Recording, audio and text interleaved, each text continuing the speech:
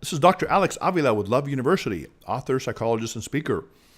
Now, usually I interview people, but today we're going to reverse it. I'm going to have one of the best-known relationship experts interview me. His name is Scot McKay, a brilliant, intellectual gentleman that really is going to probe deeply into the 3 Secrets of Happiness, which is based on my new book.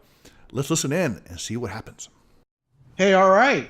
How's it going, gentlemen? This is your boy, Scot McKay, hailing from sunny San Antonio, Texas, coming at you with another episode of the world-famous Mountaintop Podcast. Today, I have a new friend of mine with me. We just had a very erudite intellectual discussion about all sorts of things, so I'm ever more excited than even I was anticipating this show now to have him on. His name is Dr. Alex Avila, and he is a clinical and forensic psychologist, and he specializes in areas like love, compatibility, and self-esteem. He's the author of Love Types, which is an international bestseller, The Gift of Shyness, Guy Types, and his book that I want to focus on today, The Secrets of Happiness. So, Dr. Alex Avila, welcome, man. Thank you, man. It's a pleasure to be here. And you did pronounce my name right, which is great, Avila. And that's well, I live in Aztlan territory. Yes, definitely so. 4 hours north of the old Mexican border. Yes, I understand exactly. So definitely pretty good on my Hispanic surnames. Yes, you got it. Yeah, so I'm happy to talk to you about happiness. This is a show I've been wanting to do for ages, but I've just had a bear of a time finding the right guy or the right woman, for that matter, to have on and talk about this. So you have written a whole book on the secrets to happiness. And, given how few people are actually happy in this day and age, Alex, there's got to be a secret to it because it's a pretty well-kept one. So talk to me about it. Yes, definitely. Well, the Secrets of Happiness is actually a modern fable, kind of written in the style of Paulo Coelho's Alchemist. And what happens is that we have a pompous psychiatrist named Harry who goes up to the mountain to find the secrets of happiness from a monk named Tanaka, who has to be an Eastern philosopher. And the psychiatrist thinks he knows the answers. He's schooled in the Western ways. He's very arrogant, and he wants to use this as a best-selling book. But what happens is that he finds a surprise. The monk actually breaks him down psychologically and even physically to get down to his true nature and just discover the 3 secrets. And the 3 secrets are very simple. In fact, you might think, well, I know this, but many people don't in terms of applying it. And the 3 secrets are gratitude, joyful optimism, and forgiveness. So with these 3 secrets, the psychiatrist transformed his life, and it's really a beautiful story. But it gives us the real meaning of what happiness is. It's not about money, it's not about a certain power or position. These are internal traits that we can all develop, and it's really a great thing to look at in our lives. That really resonates as extremely intuitive to me. I think you pretty much nailed it. You've got gratitude, right? Yes. You've got optimism. Now, you qualified the word optimism with another word. What was that? Joyful optimism. Joyful optimism, yeah. Yes. Joy is a wonderful emotion. Yes, it is. And you also had forgiveness. Yes, very powerful. Now, if you're holding this pain inside, you've been hurt by someone else. You've been hurt by a situation. What that does is that creates bitterness, and that bitterness is the opposite of happiness. Hate is the opposite of love, and some people would say that it isn't, but hate is not loving. Hate is bitterness and all those negative emotions. Yes. And when you forgive someone, you get to release all of that. And, what I always tell people is, the more you let someone who's done something, who's wrought something in your life, done unto you something that was not favorable to you, the more you focus on them and burn inside for them, not only are you contributing to your own unhappiness, but you're giving someone superpowers over your happiness that they don't deserve. Definitely, yeah. And then forgiveness, for some people it's hard because, they may have hurt you in reality. Maybe they abused you and they had cruelty towards you. But again, it's liberating yourself, from that person, the self-liberation. But the other thing that I talk about, and actually this is something that's very interesting, is that many times we can forgive others, but we can't forgive ourselves. Wow. So self-forgiveness, this is the power. And the book actually has a story related to that in terms of past relationships. And self-forgiveness or self-compassion, we know, is one of the keys of happiness, to be able to Move away from regret, because regret is what holds us back. We're tied to the past through regret. And many times we actually may repeat the same mistake over and over again because we feel weak. We feel somehow inferior because we made that mistake. So it's like we have a little voice in our head that says, you're stupid, you did this mistake. And then we keep repeating the same mistake until we get to the point of self-forgiveness and self-compassion. That, I was at a certain level, maybe I was in 6th grade when I made that mistake, but now I'm in the college level, psychologically or spiritually. So I'm not going to make the same mistake. I'm going to move forward and onward. So that's an important step. Self-forgiveness is one of the keys of happiness.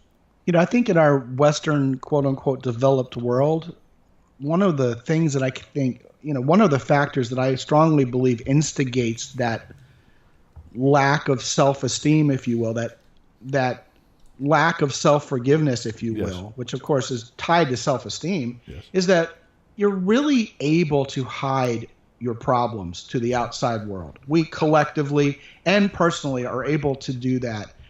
Wealth, basically. We say, how are you? And the answer is, I'm fine. Yes. And we look at everybody around us and we go, everybody's doing better than I am. Right. We look at everybody's social media highlight reel and go, they're living a more exciting life. They're better off than I'll ever be. And it just makes us feel like total failures when in reality, everybody's got their own shitstorm to deal with. And yet we don't ever seem to hear about that because we're so good at camouflaging to the outside world. Exactly. You think that has something to do with it? Yes, I think it does. The masks, we talked about that in a different show in terms of dating and relationships, but we all have a mask on and we're trying to present that image of success or happiness, and maybe inside, we're feeling pain, we're sad, we're frustrated, and it's a human nature. And as a result, we start to become artificial. And one of the things I talk about in the book is authenticity, to being who you really are inside. And maybe you're vulnerable, maybe you have some weaknesses inside you, but you can become stronger by revealing those things in certain ways in the right time and place, whether it's through therapy or maybe other ways. So I think it is important to kind of get to know what it is inside you that's holding you back, that fear, that regret, and those kind of things, and forgive yourself for previous mistakes. Believe that you are under a different influence. I call it the negative thought process, the negative weakness. And that is what made you act maybe in that certain way. Maybe you hurt someone, maybe you hurt yourself. It could be addictions or other things. But once you get to that point where you start to forgive yourself, you start to take a step toward your authentic nature, which is beautiful. All of us are beautiful inside in whatever form we are, but we need to get into that beauty, into that authenticity. And that's what it takes sometimes to go through the pain. Well, I think having that freedom to feel vulnerable enough to be authentic is a huge contributor to your happiness. Because if you're feeling like you're living a lie your entire life, then you're never going to be fulfilled. And that lack of fulfillment is going to make one unhappy. And I'm, by the way, a huge believer in the power and strength associated with vulnerability. Yes. People think of it as weakness. And of course, in many ways, it's strength, isn't it? Exactly. I think Brené Brown came up with a book that's been very popular talking about vulnerability as a strength.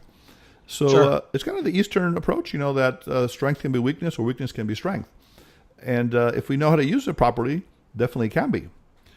Someone who has maybe a short attention span, maybe that can be a strength because they can multitask.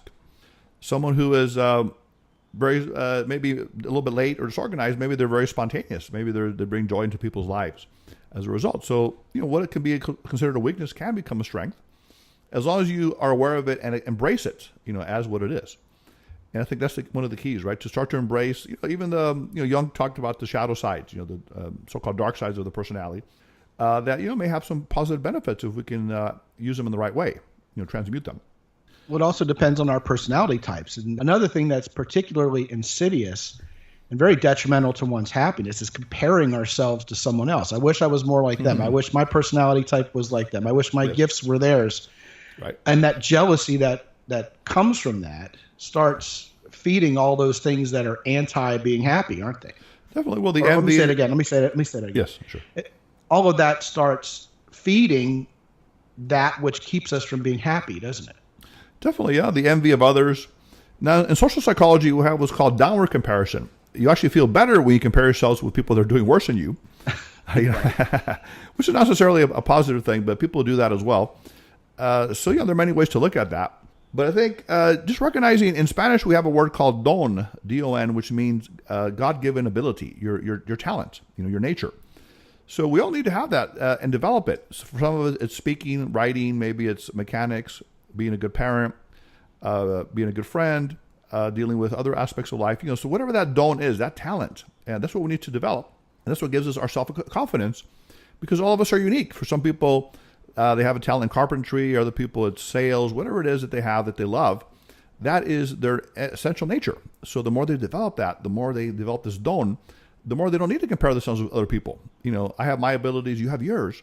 We can live as kings or queens on earth if we really admit that to ourselves. Yeah, but people just love to upwardly compare, don't they? And it's never a positive thing for one's happiness or one's self-esteem. Exactly. I'm reminded of a story I read where they were talking about the Mount Rushmore of basketball. Yes. The 4 greatest players of all time. Michael Jordan. And at least 2 players, right, exactly. And at least 2 players felt, quote unquote, disrespected and were tweeting up a storm yes. of vitriol because they were left out of the discussion. It's like, by God, we're talking about the 4 greatest people who've ever played this sport in the history of the world. If you're even in this discussion or in an ancillary way feel self-important enough to even assert yourself into the conversation, you're a darn good basketball player. And, that should be enough. Look at all the people who are in the D League or who, hacked in high school or college and never got anywhere with it. Exactly. Why aren't we comparing ourselves to them? Why do we have to be the best in the world or else we fail? I'm reminded also of a time I was talking to a friend of mine who was in the same sport I was participating in. And in this sport, there are different skill levels. Right. And he was going to go from the intermediate level to the expert level. And he was kind of sandbagging by my estimation and the estimation of others. And the question was posed to him, why don't you just turn expert, man? And he's like, well, I can't beat so-and-so, so I don't deserve to be expert yet. And the so-and-so he named was national number 1 overall.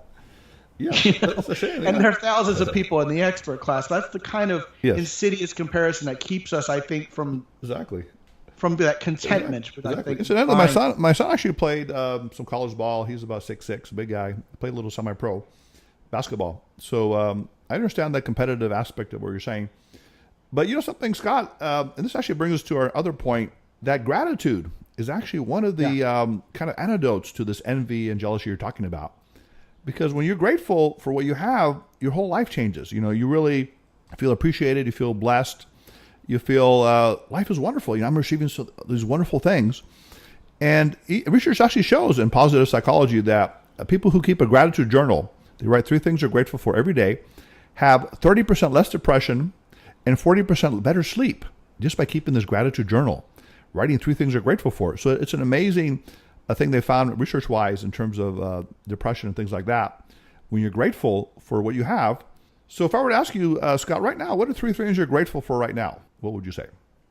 Well, I would say, first of all, that I expected you to make this segue based on what we were talking about, because that's where I was headed to. Okay, see, we're thinking alike, right? As far as what you just said, I'm fascinated by the fact that you get better sleep when you have gratitude. Yes. I mean, whatever lets you sleep better at night is actually a very objectively real factor, isn't it? Yes. Think about it. We have in the East, they call it the monkey mind, the chattering thoughts, what should I do tomorrow? And it's not going to work out, and what's happening. So gratitude actually stills that monkey mind, that chattering thought process, and gives us a kind of a peace of mind that, my life is good and I appreciate it. Tomorrow will be good as well. So it's a whole different energy that you have, a nature, a calmness, a peace, and a comfort that you have when gratitude fills your heart every day. But you didn't tell me, Scott, so what are the 3 things? We're here today, so I'm sure that's maybe one. But what would be the other 3? I'll tell you, I'm hard-pressed to come up with 3 things because I actually participate in the very exercise you're talking about quite a bit. Oh, wow. And, if I have to cut it down to 3, the ability to be as free as I am, to have the freedom that not only as an American citizen with the lifestyle we've chosen, plus I'm grateful for, how prosperous we are every day of my life. I never take that for granted, and that comes in large part, I think, a deepened sense of that from my travels. And of course the relationships in my life, chiefly among those, my beautiful and wonderful wife who, despite the schadenfreude extended upon me by people who are comparing themselves downward, hopefully. Oh. People who are hoping to be able to compare themselves downward to me sometime in the future. Okay. We are still together, and we love each other every bit as much as we always have, if not more. That's it's funny because you were talking about that downward comparison, and yes, when I first started as a dating coach, Emily and I were relatively newlyweds. Oh, actually, when we first started, we were dating. Yes, and I would have the men going their own way types before they had a hashtag, before there were hashtags. Guys who naturally gravitated to that mindset. Very negative towards women in general. Right. Very negative towards women in general and relationships in particular with them that are long term, especially marriage. Right. And they would say, check with me in 2 years after the lead singer from Motley Crue runs off with her and, takes your children and half your income and you die young and blah, blah, blah. And, I think they're still waiting for that all to fall apart. Right. Well, yeah, that's and the it MPS. hasn't. So that's very much where I feel my happiness lies. And there are so many little ways in my life where I'm so grateful for everything. You talked about gratitude. Yes. And I've noticed that you and I are thinking a lot alike on lots of things, but we get there from different semantical routes. Yes. I always had kind of this mantra playing in my mind that contentment equals happiness. But you challenged that by talking about forgiveness, which I think is a different dimension. Yes. And also talking about joyful optimism, which is something that I absolutely espouse, but I think is actually another angle to happiness. This whole idea of contentment, or gratitude as you call it, is being thankful for what you have instead of reaching for what you don't instead of reaching for. But this whole idea of contentment or gratitude, which I think are almost synonymous, there maybe are some different facets of those words, but it's largely tied to being happy with what you have rather than constantly reaching for something you don't. Yeah, and I think that is a huge tenet of happiness. Yes, I think the idea is that you're a fortunate person, whether you believe in luck or destiny or God or whatever source you believe in, that there's something about you that is blessed, that is given a great advantage, and that you can give that to others too. I mean, just as simple as right now, we're in California, the sun is shining, I hear the birds out here. That by itself is a beautiful thing. You're alive. Yeah. They say that there have been 100 billion people have died in the history of humanity, and only about 7 billion are alive right now. So that means we're one of the 7% club. We're alive at this very moment. And it's an amazing thing to be alive, At some point, we will not be alive, and then some other generation will take over. But to be grateful just for that, for this very moment that we have, we're breathing, right? We're seeing, we're sensing. So what I really like is that you talk about your wife and the love you have for her and also for others. And that is something to be amazingly grateful for, that we can express love. And sometimes people say, well, wait a minute, what if the one I love doesn't love me back? But I say, just by the process of loving, you have become a stronger and better person. You have grown. You have developed your love muscles or your happiness muscles. Just like we'll go to the gym, we work out at the gym, but we don't think about working out our happiness, our internal natures. So that's the beautiful part about being grateful, for every little thing, including our capacity to love. And even if we're hurt, we can use that as sometimes a positive as well. We learn our lesson and we move on. So that's really wonderful, to be grateful every day. So people who are habitually complaining aren't habitually happy, are they?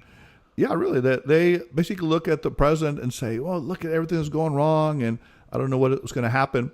So they're not really living in the moment. Because if you think about it, forgiveness is taking care of the past, resolving issues. Gratitude is dealing with the moment, enjoying the present moment, and that life is great for you and you're happy with it. And when you complain and you're bitter, then you take away that positive energy. And you become what's called the poor me mentality, which, Scott, I'm sure you've heard about. Where, look at me and look at my life and, things are bad. And maybe, you've gone through some bad times. Maybe the people have hurt you, but you can change some of that. You can change it through your mentality. So that's where the Secrets of Happiness is such a powerful dynamic, because it's saying that you can attract and become happiness. You become happiness internally and then you attract it externally. Well, closely related to that is ye old poverty mentality versus abundance mentality, correct? Yes, the idea that, I like to look at it as, I call it the creative mentality, that you can, the world is constantly expanding, growing, and creating. There's more money every day, money supply. There's more things produced, more technology, and also more love, you could say. And things can be constantly creating. But if you live under competition mentality, I got to get something from someone else. I got to beat them at the deal. Then it's a scarcity mentality. It's a fear mentality. I don't have enough. I always have to be better than someone else. And that's a whole different mindset. So I encourage people to develop the creative mentality, that there is an abundance. You can always create. You can always produce. As long as you're still alive, you can grow. And that's the beauty of that. I'm fascinated by how you talk about the contentment part, being the present, and the forgiveness dealing with the past. And that, of course, leaves the other tenet, which is joyful optimism, which is clearly routed towards the future. Before we go ahead and dive off the ledge of joyful optimism, I'm compelled to ask this question because I'd love to hear your answer. Sure.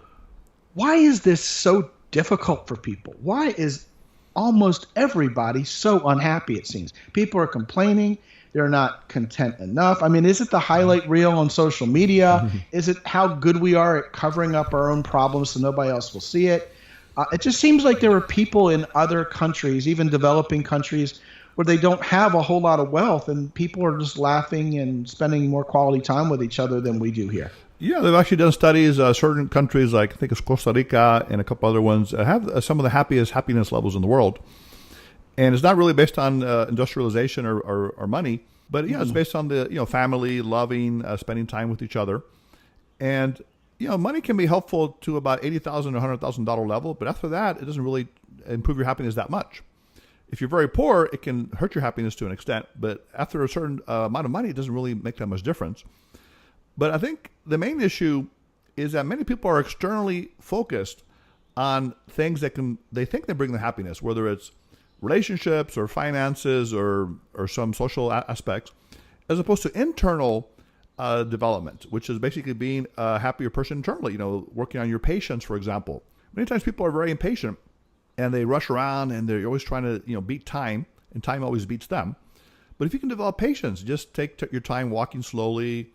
And I even tell people intentionally choose the slower line sometimes at a grocery store just to see what it feels like. You might be pressured, I got to get out of here quick. But part of you says, wait a minute, I'm going to just master my impatience. I'm going to sit in this line or stand in the line, and I'm going to maybe observe people and be aware of my surroundings and maybe even talk to someone. Maybe I can even make a friend as I wait in this longer line. So I'm mastering my internal state of impatience. And as a result, I feel better about myself. I even feel happier because my focus has shifted from external to internal, and I'm trying to raise my level of joy and happiness internally.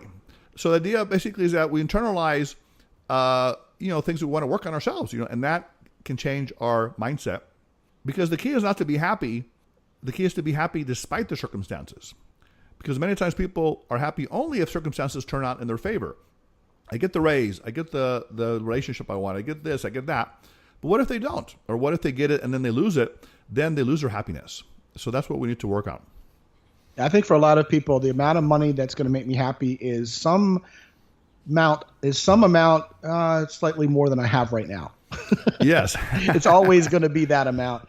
It is. I have to tell you, at the risk of not sounding joyfully optimistic, yes, every line I get into at the grocery store suddenly becomes the longest line, even if there's only one person ahead of me, because I absolutely have an incredible knack for having the person in front of me, forget their checkbook or need to send something back, or they forgot something, or their credit card doesn't work. Now, do you get impatient, Scott, or are you able to say, I'm going to meditate, I'm going to stay in this line, or what's your mindset? Oh, I'm not going to sit here and pretend I'm the most patient guy in the world. I mean, I'm the oldest, and I'm a type A, and I'm I'm a hustler, so of course I get impatient. Sure. But I've learned to have a sense of humor about how that is a constant in my life. Whenever I get into a line, it suddenly becomes the longest one. Yeah. So and I say it to the person behind the counter, like, here's what goes on in my life, and they laugh. Yeah. And I try to crack a joke. Yeah. Well, that's kind of optimism, Scott, because optimists look on the bright side of things. So then you can even say, well, I'm a popular person. I'm attracting people. I'm like some kind of superhero or something. So optimism is looking at the bright side of things. A pessimist would say, well, look at this line and, I don't know what to do. But you can say, well, I'm the attracting of the people. So that could be a whole different way to look at it. Well, there was a guy who got into the under 15 items line ahead of me the other day with about 25 items. Uh-oh. And I was starting to give him a little bit of a stink eye and tap my fingers a little bit. Okay. And those efforts were redoubled when his wife suddenly shoved her way past me with about 10 more things. Ooh, okay. Then they didn't have their money, and then their credit card didn't work. That's when you pull out your martial arts techniques and went after them, huh? That would have got me arrested. No, I actually was very quiet. I was very proud of myself. Okay. I didn't say good. So I'm not a caustic person. I don't like to make arguments with people. Right. I'll be assertive when I have to, because I Yes. think that's part of being a man. Yes. I'm not anybody's B-I-T-C-H. post. Yeah. But, some things you just, I think it all comes down to you have to fight. You have to choose your battles wisely, and that wasn't a hill I was willing to die on that day. Exactly. So anyway, back to happiness, which is what we're supposed to be talking about Yes. here. There's another leg on this stool that we haven't talked about yet, and that, of course, is joyful optimism. Yes.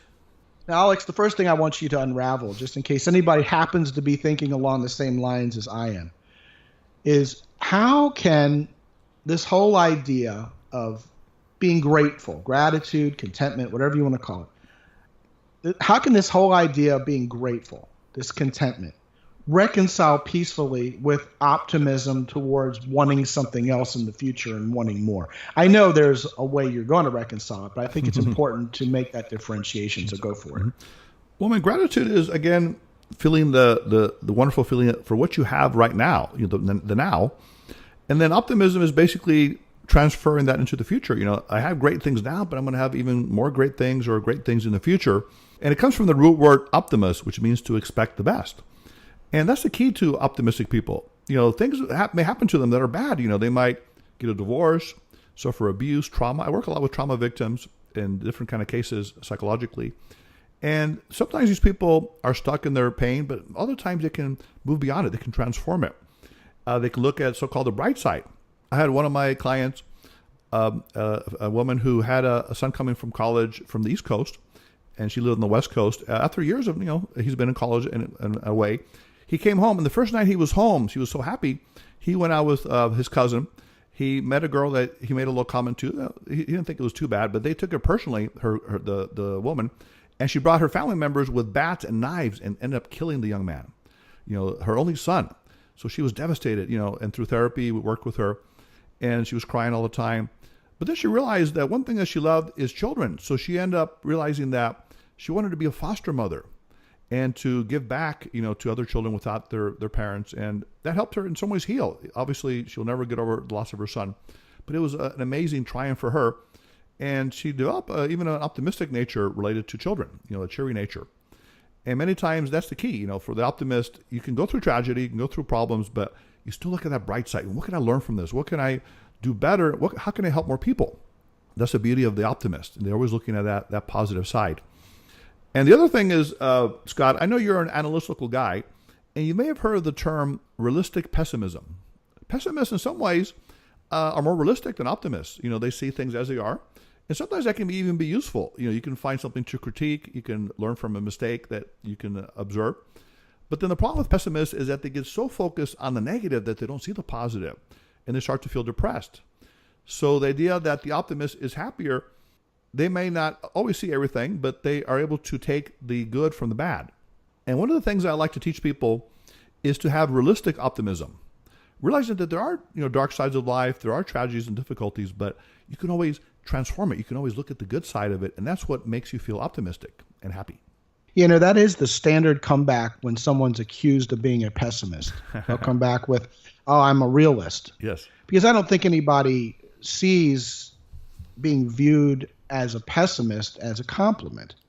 And I don't think people want to be viewed as a pessimist. It's just like everybody thinks they have a sense of humor, right? Right.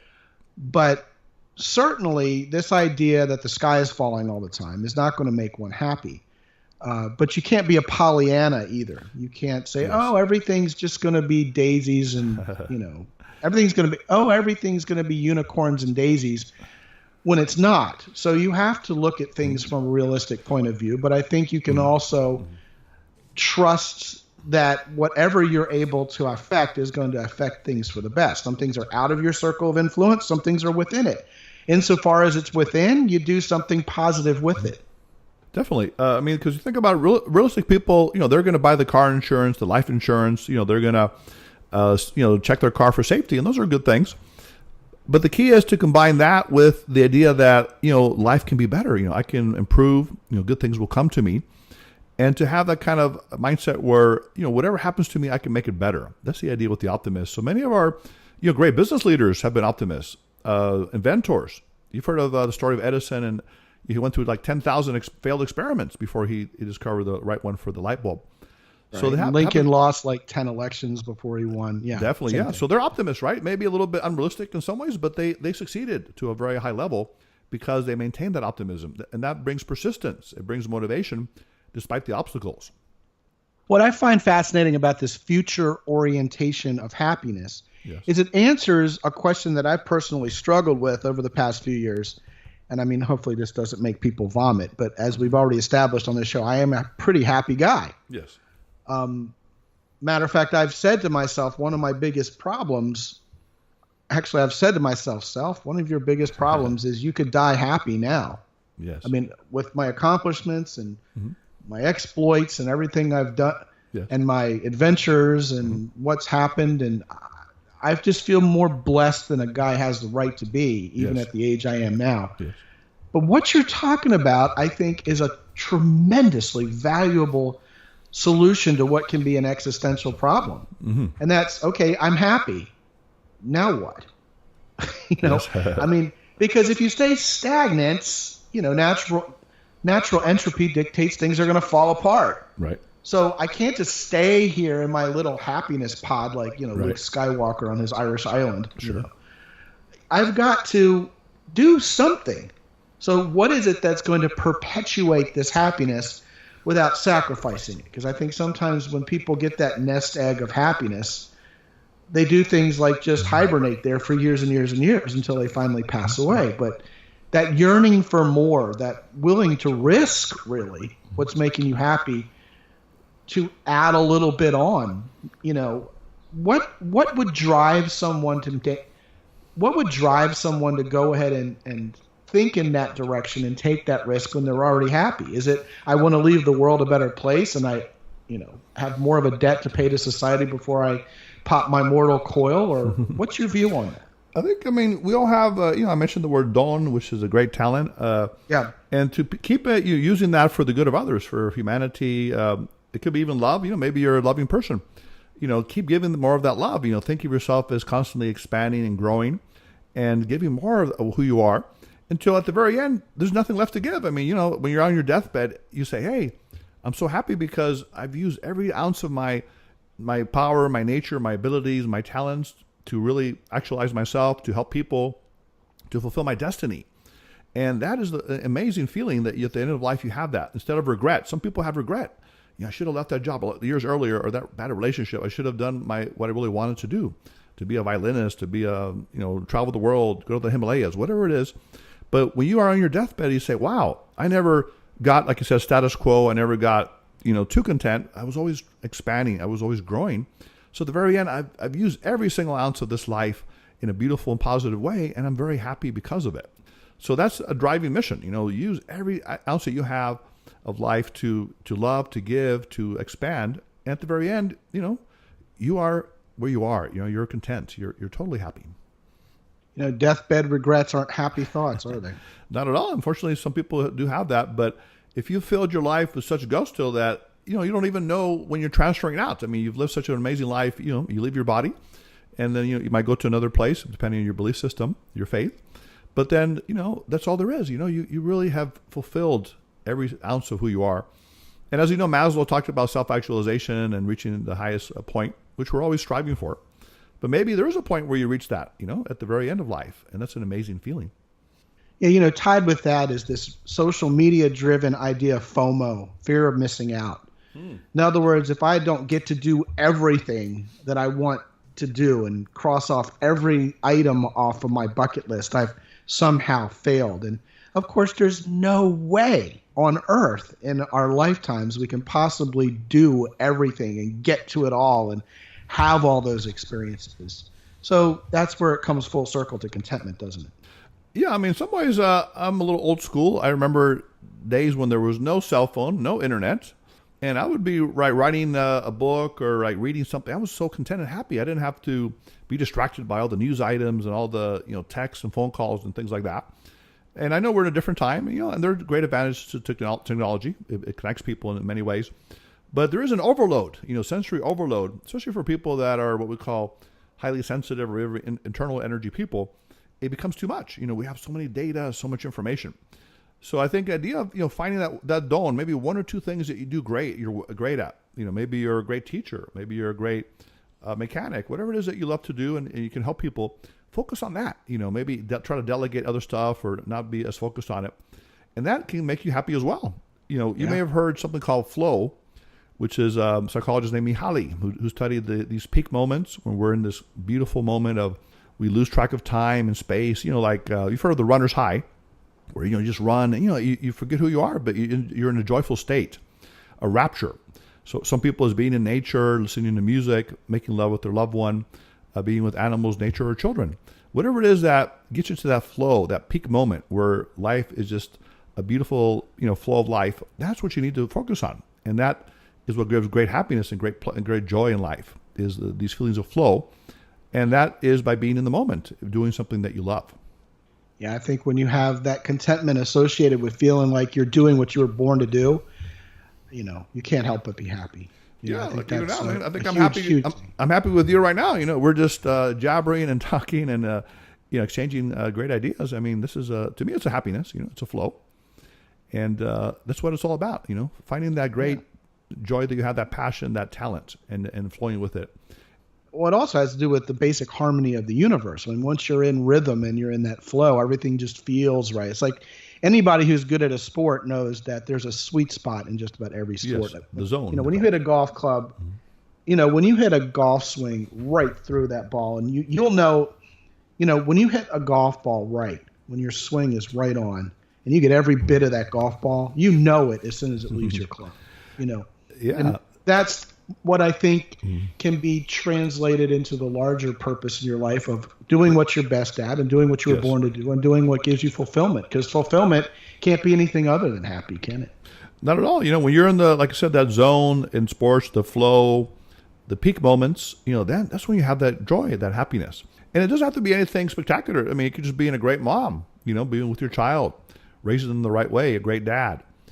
Maybe a chef. Maybe you're good at cooking and you love to make cookies and brownies for your neighbors. You give them away to people, like little gifts. Maybe you volunteer for a charity or help the homeless, whatever it is that you love to do. Gardening, and you do it on a daily basis. It brings great joy to you, and you become better at it. So you're perfecting something and you're doing it with presence and with full awareness. It can be a great feeling of happiness. Yeah, well, purpose doesn't have to be anything grandiose or complicated or stress-ridden. It's simply what you were born to do. His name is Dr. Alex Avila, and he is a clinical and forensic psychologist, and he's the author of several books, including Love Types, The Gift of Shyness, Guy Types, and The Secret of Happiness, which we've been talking about today. Yes. You also need to check in with his podcast, which I am a guest on as well, called Love University, which you can find on iTunes. And when you click, and I also want to give you the opportunity to learn more about Dr. Avila and what he's been up to. And I'm going to send you to his website by giving you a special link, and that's www.mountaintop.podcast.com/happiness, HAPPINESS, because I'm not going to ask you to spell Avila, and we've already had an Alex or two on before, and happiness is easy to remember because it's what we're talking about. Definitely. So go to www.mountaintoppodcast.com/happiness and learn more about Dr. Alex. And Alex, thank you so much for being on the show today. We've had just a tremendous deep discussion, yes, we have, which I'm actually very grateful for. It's made me fantastic. Happy. I want to give your listeners a happiness challenge for the next 2 weeks. Cool. Do 3 things that you think can make you happy, whether it's your family or activities, and maybe feed us back. Tell your people, tell my people. We want to basically spread happiness. That's our goal and our mission. And that can be amazing because the world can change when we are happy. Just bring brownies. Everybody will be happy. Let's get those brownies. I remember and those I was cookies. on a speaking engagement, and I shared the stage with Claudia Cox, Yes. who I've had on this show, and she lives in Switzerland. Oh, wow. And the speaking engagement was on the East Coast of the United States, and she brought 24 brownies Now we're with her talking. from Switzerland, See? and proceeded to give them out one by one to all the people she was sharing the stage with. That's right. Endorphins, right? She was our favorite colleague immediately. So I'll have to bring some Latin, I don't know, Latin flan or something, some dessert. Oh, that would be great. That's the next thing. Yeah, So it's been a pleasure. Some dulce de leche. Dulce, exactly. Dulce leches. Yes. Yes, thank you once again for joining us today. It's been a pleasure. Have a good day. That was a lot of fun. Scot McKay definitely is an intellectual gentleman, and we can talk for a long time. So there you have it, the 3 secrets of happiness: gratitude, optimism, and forgiveness. If you practice those on a daily basis, you will start to reach that beautiful level called happiness. Until next time, Dr. Alex Avila, Love University. You can reach us at loveuniversity.love. Love type for you at AOL.com. That's LOVETYPE, the number 4, letter U at AOL.com, and 310-226-8090.